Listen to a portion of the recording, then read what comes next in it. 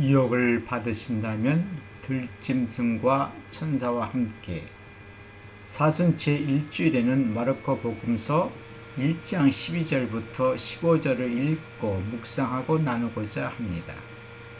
복음서의 내용은 예수님께서 세례를 받으신 후 성령께서 곧 예수님을 광야로 내보내셨고 예수님께서는 그곳에서 사탄에게 유혹을 받으셨고 또한 들짐승들과 함께 지내셨으며 천사들이 시중을 들었으며 요한이 잡힌 뒤에 하느님의 기쁜 소식을 선포하셨다는 이야기입니다.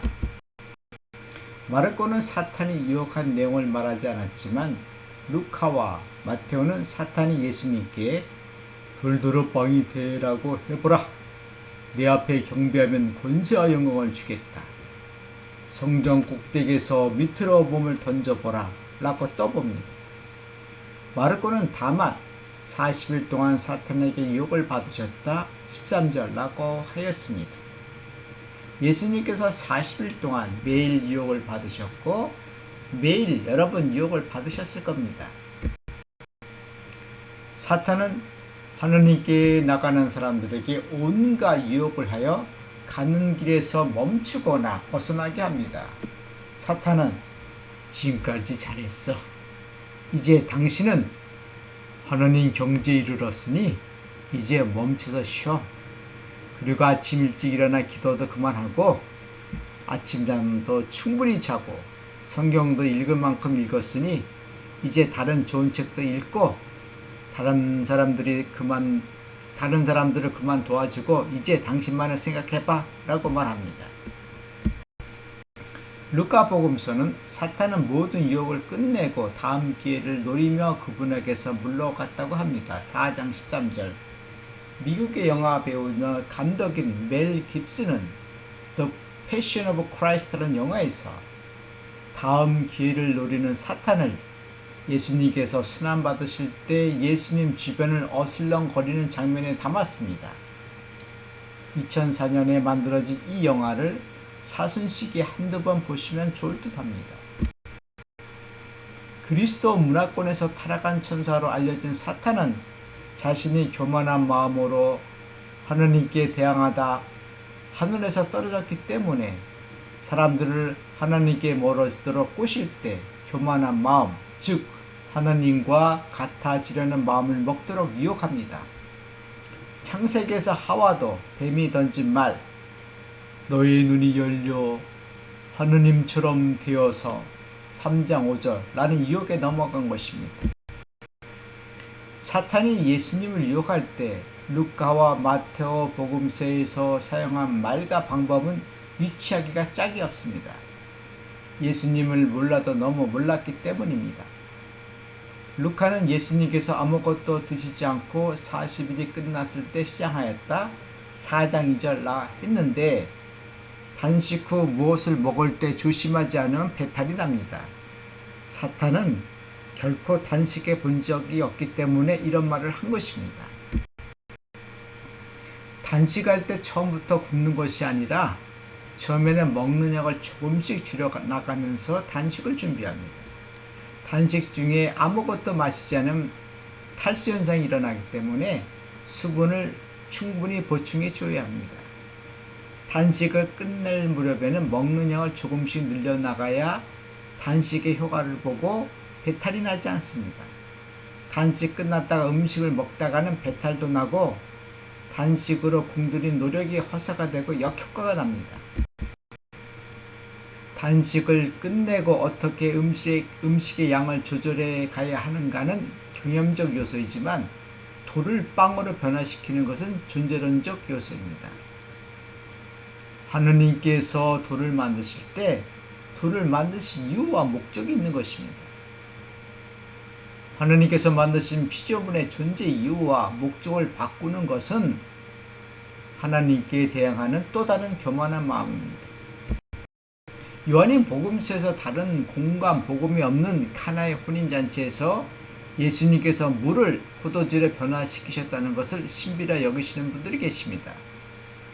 요한은 예수님께서 불가능하다고 말씀하지 않으시고 다만 아직 저희 때가 오지 않았습니다. 2장 4절라고 말씀하신 것을 기억하십시오. 요한은 공간 복음서 편집자들과 달리 예수님께서 카나의 혼인잔치에서 물을 포도주로 변화시키신 것은 머리글에서 밝힌 바 한 처음에 말씀이 계셨다. 말씀은 하나님과 함께 계셨는데 말씀은 하나님이셨다. 1장 1절.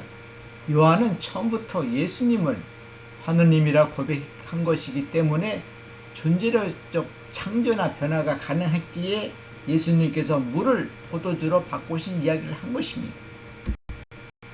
요한의 입장에서 보면 예수님께서 사탄에 유혹받으신 것을 기록하지 않았던 이유는 감히 피조물인 사탄 주제에 하나님을 유혹해? 무슨 말 같지 않은 소리를 하고 있어? 하나님만이 만물을 창조하시고 변화를 하실 수 있는 것이지 그 어떤 피조물도 하나님께서 만드신 존재를 변화시킬 수 없습니다. 사람이 존재를 창조하고 변화시킬 수 있다고 말하는 사람들은 이미 하나님과 같아지려는 교만한 마음이 있는 것입니다. 포도주가 피가 된다고 말하는 사람들이 만든 기도문으로 그것도 사람들이 설정한 자격을 갖춘 사람들만이 바꿀 수 있다고 말하는 사람들이 하나님의 자리를 넘보는 교만한 마음이 없었으면 합니다. 철학자들은 실체, 존재의 변화를 인간의 감각으로 감지하지 못한 상태를 변화라 말하는 것은 착각이거나 아집이라 합니다. 오늘 복음서에서 마르코는 예수님께서 광야에서 딜증승과 함께 지내셨다. 천사들이 그분의 시중을 들었다. 13절을 깊이 묵상해 볼 내용입니다.